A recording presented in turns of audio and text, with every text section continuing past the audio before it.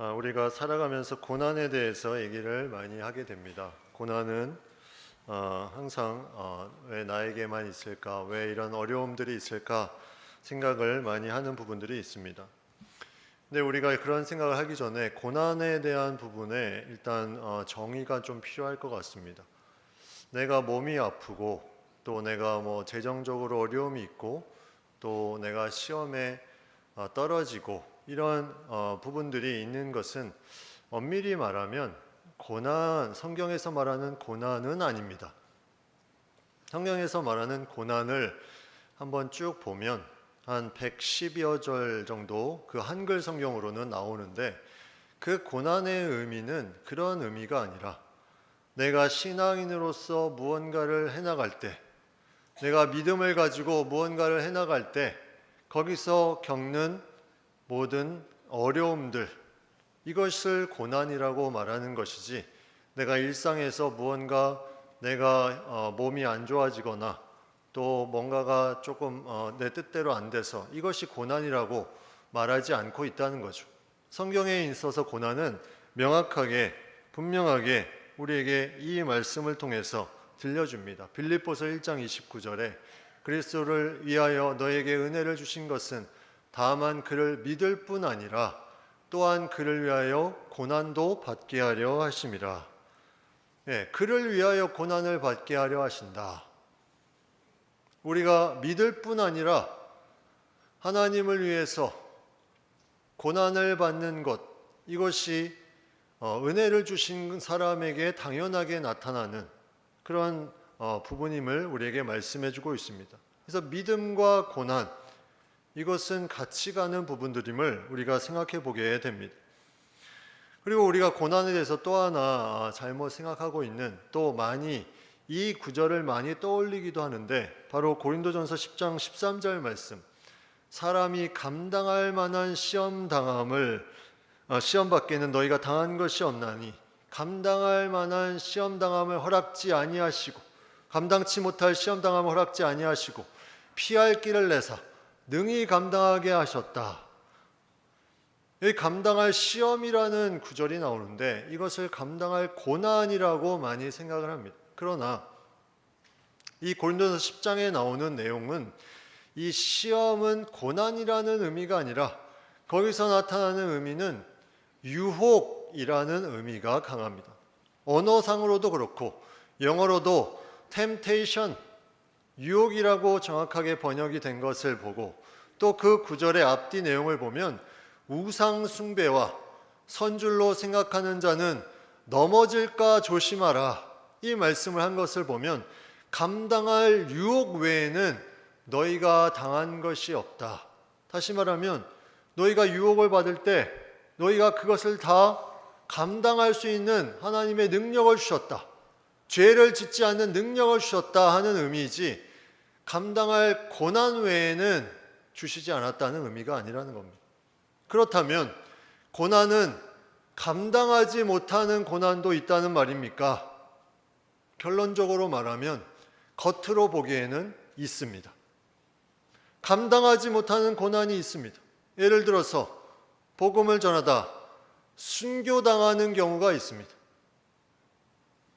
겉으로 보기에는 그 고난을 감당할 수가 없는 모습이에요.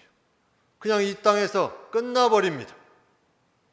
겉으로 보기에는 감당할 수 없는 그런 고난이 있을 수 있다는 거죠. 그런데 믿는 사람에게 고난이 있다는 것은, 이것은 하나님이 주신 은혜 받은 자의 자연스러운 모습이라고 생각해 보면, 우리는 감당할 수 있건 없건 그것이 중요한 것이 아니라, 그것을 우리가 판단할 수 있는 것이 아니라, 우리는 이 고난에 무언가 하나님이 원하시는 바가 분명히 있음을 우리가 생각해 볼 수 있다는 거죠. 마치 내가 밥을 먹는데 이 밥을 내가 잘 감당하면서 먹어야지, 이런 생각을 하지 않잖아요. 우리가 밥을 먹을 때 이 밥을 소화를 잘 시키고 에너지가 되어서 나에게 영양분이 되어서 힘있게 살아가야 되겠다 하는 마음을 갖지, 내가 이 음식 차려놓은 걸 잘 감당해야지, 이런 생각을 잘 갖지 않죠. 고난도 마찬가지입니다. 고난은 내가 감당해야지가 아니라 이 고난을 통해서 내가 어떤 에너지를 받으며 어떠한 영양분이 되며 어떠한 힘을 얻을 수 있는지를 내가 가지고 나아가는 것이 바로 이 고난의 중요한 의미가 있습니다. 그래서 우리는 이 고난에 대해서 하나님의 마음을 계속 물으며 나아가야 돼요. 하나님, 이 고난이 나에게 주신 의미가, 이 고난에 내가 어떠한 부분으로 이것을 계속해서 해나가야 되는지 계속 물으며 나아가는 것이 중요합니다. 고난이 그리스도를 위해서 살아가는 삶에게 주어지는 부분도 있지만 또 하나 죄로 인해서 주어지는 부분도 있다는 겁니다. 죄로 인해서. 예레미야 30장 14절 말씀에 너를 사랑하던 자가 다 너를 잊고 찾지 아니하니 이는 내 악행이 많고 내 죄가 많기 때문에 나는 내 원수가 당할 고난을 내가 받게 하며 잔인한 징계를 내렸도다. 네가 악행이 많고 죄가 많으니까 너의 원수가 당할 그 고난을 너에게 받게 하겠다. 이 고난이 뭡니까? 바로 하나님이 징계하시는 겁니다. 징계가 없으면 사생자요 친아들이 아니다. 이때 죄로 인해서 고난을 주시는 것은 무언가 하나님의 자녀가 다시 깨닫고 돌아올 수 있도록, 회개하고 돌아올 수 있도록 이 고난을 주시는 거죠. 그렇다면 고난은 분명합니다. 하나는 나의 죄로 인해서 내가 받는 고난, 또 하나는 하나님의 복음을 그리스도를 위해서 살아갈 때 받는 고난. 그렇다면 고난은 누구에게나 믿는 자에게 있다는 것을 알 수가 있습니다. 그 중간은 없다는 거예요. 내가 죄로 인해서 징계로 받는 고난, 아니면 그리스도를 위해서 열심히 달려가면서 받는 고난, 과연 어떤 고난을 우리가 받아야 되는지 우리는 생각해 볼 필요가 있다는 거죠. 바울은 이 데살로니가 후서를 쓰면서 이 데살로니가 전서에서 재림이 곧 올 것이다 하는 말을 전했는데 그 말로 이상한 이단 사이비들이, 거짓 선지자들이 일어나면서 압박하고 어지럽히는 일들을 경험하게 됩니다. 그 데살로니가 교인들이 그러한 고난 가운데 있어서 이제 이 바울이 그들에게 내가 말한 그 재림에 대한 부분이 너희가 모든 것을 다 놓고 저 거짓 선지자들이 활개치며 돌아다니라고 한 말이 아니다. 그 말을 하면서 그들을 위로하고 격려하며 나아가는 내용이 바로 데살로니가 후서입니다. 그 중에 먼저 3절 말씀에 보면 이렇게 말합니다. 형제들아, 우리가 너희를 위하여 항상 하나님께 감사할지니 이것이 당연함은 너희의 믿음이 더욱 자라고 너희가 다 각기 서로 사랑함이 풍성함이. 그 어려운 고난을 통해서 그들이 가지고 있었던 그 부분에 무엇이 자라났냐면 믿음이 더욱 자라났습니다. 고난을 통해서. 그리고 서로 사랑함이 풍성해졌습니다. 누군가 고난을 당한다고 생각해 보십시오. 그 고난 가운데 우리가 가만히 있을 수 없죠. 함께 기도하며 나아갑니다. 서로 사랑함이 풍성해집니다. 그리고 믿음이 계속해서 일어납니다. 하나님의 놀라운 역사하심을 기대하면서 나아가는 마음들이 그 가운데 계속 차고 넘치니 이 부분이 고백할 수 있는 고백이 되는 거죠. 근데 데살로니가 교회 교인들이 이 부분을 잘 감당했다는 것입니다. 그 잘 감당한 내용이 4절 말씀에 더 구체적으로 나오는데 그러므로 너희가 견디고 있는 모든 박해와 환난 중에서 너희 인내와 믿음으로 말미암아 하나님의 여러 교회에서 우리가 친히 자랑하노라. 박해와 환난이 있습니다. 박해는 외부의 사람, 외부의 어떤 힘에 의해서 공격을 받는 것을 말한다면, 환난은 내가 주의 일을 하면서 겪게 되는 어려움, 그냥 병든 것이 아니라 주의 일을 하면서 내 육신이 어려움을 당하거나 주의 일을 하면서 사랑하는 사람이 떠나가거나 이런 부분들이 환난이라고 볼 수 있습니다. 그러면 고난은 무엇일까? 고난은 이 박해와 환난이 어떤 환경적인 어려움의 상황을 말한다면, 고난은 이러한 상황을 통해서 내가 받는 그런 당하는 고통, 고뇌, 그런 부분들을 다 합해서 고난이라고. 물론 한글 성경은 이 환난과 고난을 혼용해서 사용하고도 있습니다. 그런데 엄밀히 따진다면 그런 의미로 박해와 환난은 환경적인 그런 어려움에 대한 부분이라면, 고난은 그것들을 당하는 사람의 어떤 부분의 입장에서 보는 것은 고난을 당하는 부분으로 표현을 한다는 거죠. 그러면 우리는 이 고난에 어떠한 부분들이 필요할까? 오늘 4절 말씀에 중요한 두 가지를 말합니다. 인내와 믿음. 인내와 믿음. 인내가 있어야 되고 믿음이 있어야 됩니다. 인내가 없으면 어떻게 됩니까? 낙심하게 됩니다. 낙담하게 됩니다. 믿음이 없으면 고난 가운데 세상으로 돌아가게 됩니다. 이 인내와 믿음이 고난 가운데 너무나 중요했던 거죠. 그것을 데살로니가 교인들이 이것을 잘하고 있기 때문에 이것을 바울이 자랑하며 고백하는 것을 보게 됩니다. 그래서 우리는 이 인내와 믿음이 우리에게 고난 가운데 중요한 부분이에요. 그래서 야고보서 5장 13절에 분명하게 말씀합니다. 너희 중에 고난당하는 자가 있느냐? 그는 기도할 것이요.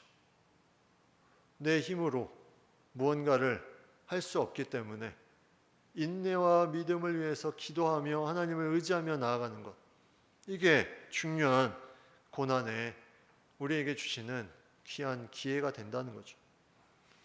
이러한 고난에는 또 다른 하나님의 뜻이 오늘 본문에 나오는데, 5절 말씀에 이는 하나님의 공의로운 심판의 표요 너희로 하여금 하나님의 나라에 합당한 자로 여김을 받게 하려 함이니 그 나라를 위하여 너희가 또한 고난을 받느니라.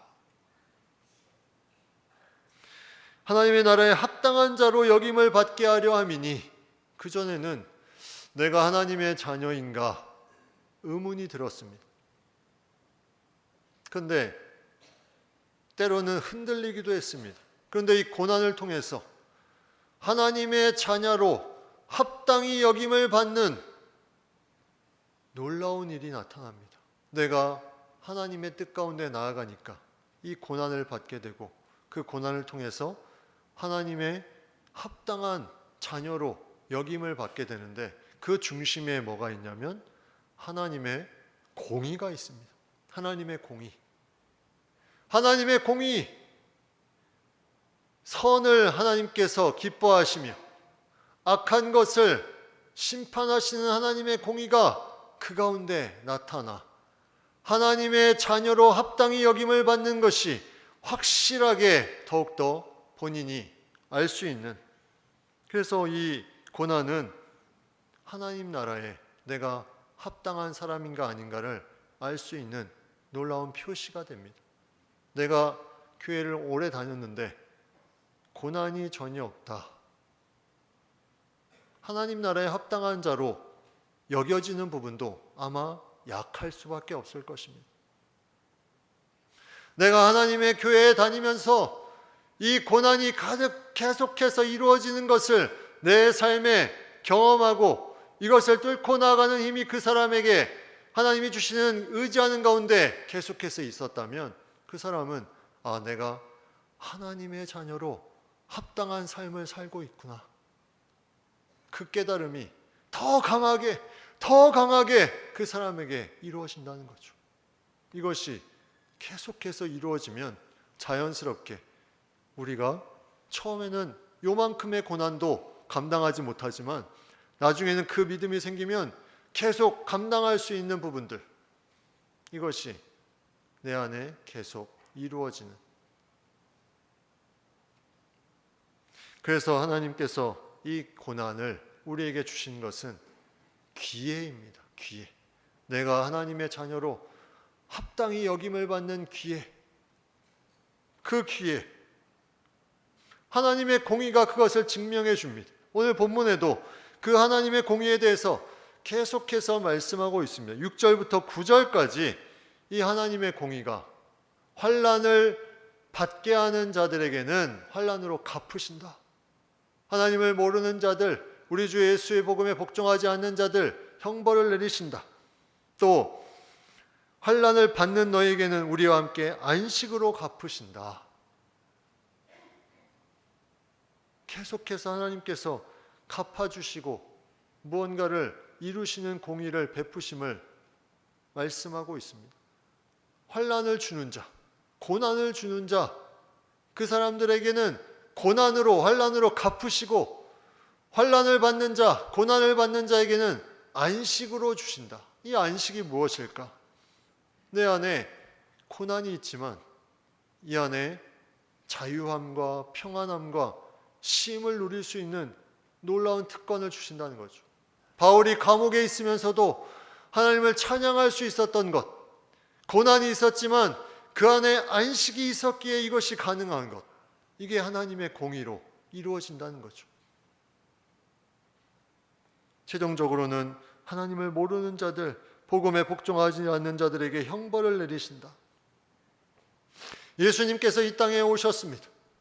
이 땅에 오셔서 고난의 길을 걸어가십니다.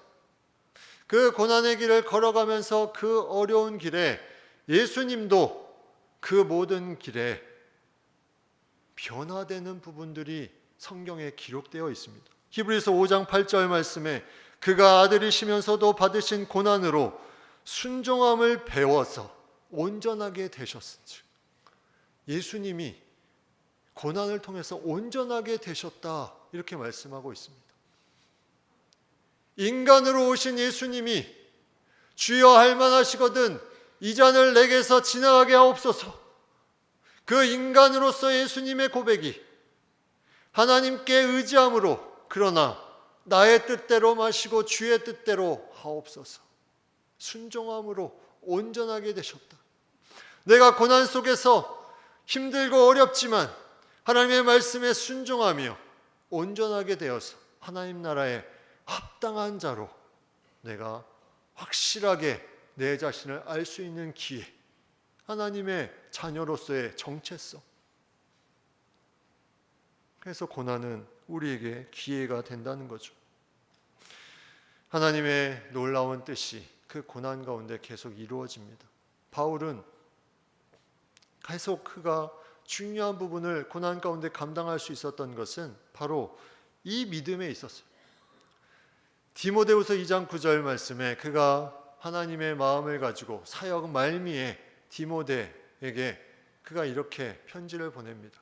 복음으로 말미암아 내가 죄인과 같이 매이는 데까지 고난을 받았으나 하나님의 말씀은 매이지 아니하니라. 내가 고난을 받아서 힘든 그때에 내가 이렇게 힘들면 하나님의 말씀이 매이는 것이 아닌가? 바울은 자신이 하나님의 나라를 위해서, 하나님을 위해서 달려갔을 때 자신은 고난에 매였을지라도 그가 분명하게 고백한 것은 하나님의 말씀은 매이지 아니할 것이다. 이게 우리가 지금까지 살아온 믿음의 역사로 계속해서 이어져 온 것 아닙니까? 고난이 있었지만 하나님의 말씀은 매이지 않습니다. 오히려 그 고난당하는 사람을 통해서 이 말씀이 더욱더 퍼져나아갑니다. 그렇기 때문에 내가 고난당해서 하나님의 말씀이 매일까? 염려하지 않으셔도 돼요. 오히려 내가 받는 이 고난이 죄로 인한 것인가? 하나님의 나라를 위한 것인가? 이 부분이 중요하게 우리가 생각하면서 우리는 하나님 나라를 위해서 받는 고난으로 나아가야 됩니다. 죄로 인해서 고난을 받으면 무슨 칭찬이 있으리요? 무슨 칭찬이 있으리요? 성경은 이렇게 의를 위하여 고난을 받는 것이 복 있는 자라고 말씀하며 박해와 환난을 두려워하지 말라고 말씀합니다. 베드로전서 3장 14절에 그러나 의를 위하여 고난을 받으면 복 있는 자니 그들이 두려워하는 것을 두려워하지 말며 근심하지 말고, 의를 위하여 하나님 나라를 위해서 옳은 행실을 함을 통해서 고난을 받으면 복 있는 자다. 교회를 처음 나왔는데 처음 나오자마자 핍박이 가해질 수가 있습니다. 믿지 않는 가족들, 믿지 않는 친구들, 너 왜 그런 교회 다니니? 너 종교가 그렇게 너에게 중요하냐? 하나님이 계시면 세상이 이 모양이겠니? 그런 식으로 계속해서 박해하고 핍박하는 그런 부분들은 자연스러운 것입니다. 당연한 거예요. 왜? 우리도 그랬습니다. 우리도 믿기 전에는 이러한 말들을 했어요. 그런 거 믿어서 뭐하냐? 하나님이 어디 계시냐? 박해와 환난이 우리의 입술 가운데 자연스럽게 나타나는 고난을 주는 자였습니다. 그런데 지금은 고난을 당하는 자로 살고 있다면 그거는 놀라운 은혜입니다. 예수님이 고난 당하시는 그때에 왜 그 고난의 길을 가셨을까? 십자가의 길이 고난의 길인데 그 고난의 길을 가신 것이 왜 고난의 길을 가셨을까? 이유는 고난 주는 저 영혼들을 위해서였습니다. 죄와 허물고 죽어가는 저 고난 주는 영혼들을 위해서 그 길을 걸어가셨다는 거죠.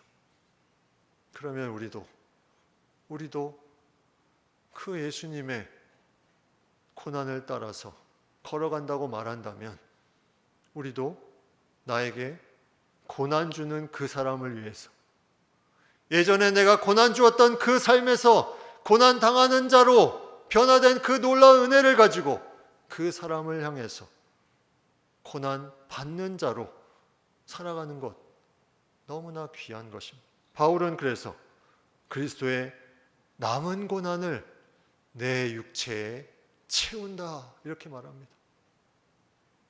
그리스도의 남은 고난 주는 자들에게 그 구원의 역사를 이루는 그 남은 고난, 그것을 내가 고난당함으로 채운다. 여러분, 죄로 인해서 고난당하겠습니까? 믿음으로 이 믿음의 길을 가면서 고난을 당하겠습니까? 중간은 없어요. 중간은 믿지 않는 사람들입니다. 믿는 사람들은 하나님의 징계를 받아서 고난을 당하든지 하나님의 뜻을 행하면서 고난을 당하든지 둘 중에 하나예요. 우리는 이 믿음을 잃지 말아야 돼요. 고난 당한 자에서, 고난 주는 자에서 고난 당하는 자로 하나님이 변화시켜 주신 이 놀라운 은혜, 이 믿음을 가지고 나아갈 수 있어야 됩니다. 믿는 자에게 고난은 분명히 하나님이 주시는 당연한 것이며 선물이며 기회임을 기억하십시오. 베드로전서 4장 1절에 이렇게 말씀합니다. 그리스도께서 이미 육체의 고난을 받으셨으니 너희도 같은 마음으로 갑옷을 입으라, 갑옷을 삼으라. 이는 육체의 고난을 받은 자는 죄를 그쳤음이니. 같은 마음으로 갑옷을 삼으라. 육체의 고난을 받은 자는 죄를 그쳤음이니. 이것을 세 번역으로 다시 한번 읽어드리면 이런 말입니다. 그리스도께서 육신으로 고난을 받으셨습니다. 여러분도 같은 마음으로 무장하십시오.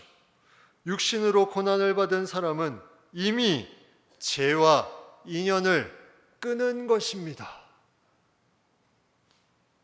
믿음의 삶으로 고난을 받는 사람은 이미 죄의 문제를 해결받은 것입니다. 여러분, 죄 문제를 해결받으셨잖아요. 근데 왜 고난을 두려워합니까? 고난은 죄 문제를 끊은 사람이 자연스럽게 받게 되는 부분이, 이 고난을 통해서 하나님의 뜻을 이루어 갑니다. 고난을 두려워하지 말라. 세상이 두려워하는 것처럼 두려워하지 말라. 우리는 죄와 인연을 끊은 모습으로 살아가는 삶입니다. 그 삶은 고난 속으로 들어가는 삶이에요. 예수님께서 이 땅에 고난으로 길을 우리에게 보여주시고 그 모든 사랑을 밝히 보여주신 것, 이것이 우리가 살아가는 놀라운 힘을 주기 위해서, 또 우리를 새롭게 함으로 그것에 더욱더 합당한 자로 여김을 받기 위해서 오늘 이 데살로니가 교인들이 밟아갔던 그 인내와 믿음을 갖게 하기 위해서 이 걸음을 너희도 걸어가라 말씀하고 있습니다. 고난을 이기는 길, 바로 거기에 있습니다. 예수님께서 그 길을 함께 짊어지고 또 우리와 동행하시며 우리도 그 가운데 걸어갈 때 내가 하나님 앞에 믿음이 성장하며 공동체의 사랑이 풍성하며 하나님 나라에 합당한 자로 확신하며 여김을 받는 귀한 삶, 바로 이것이 고난을 통해서 내 삶이 삶이 되게 하며 은혜를 은혜 되게 하는 놀라운 주님의 은혜인 줄 믿음으로 나아가는 우리 모두가 다 될 수 있기를 간절히 축복합니다.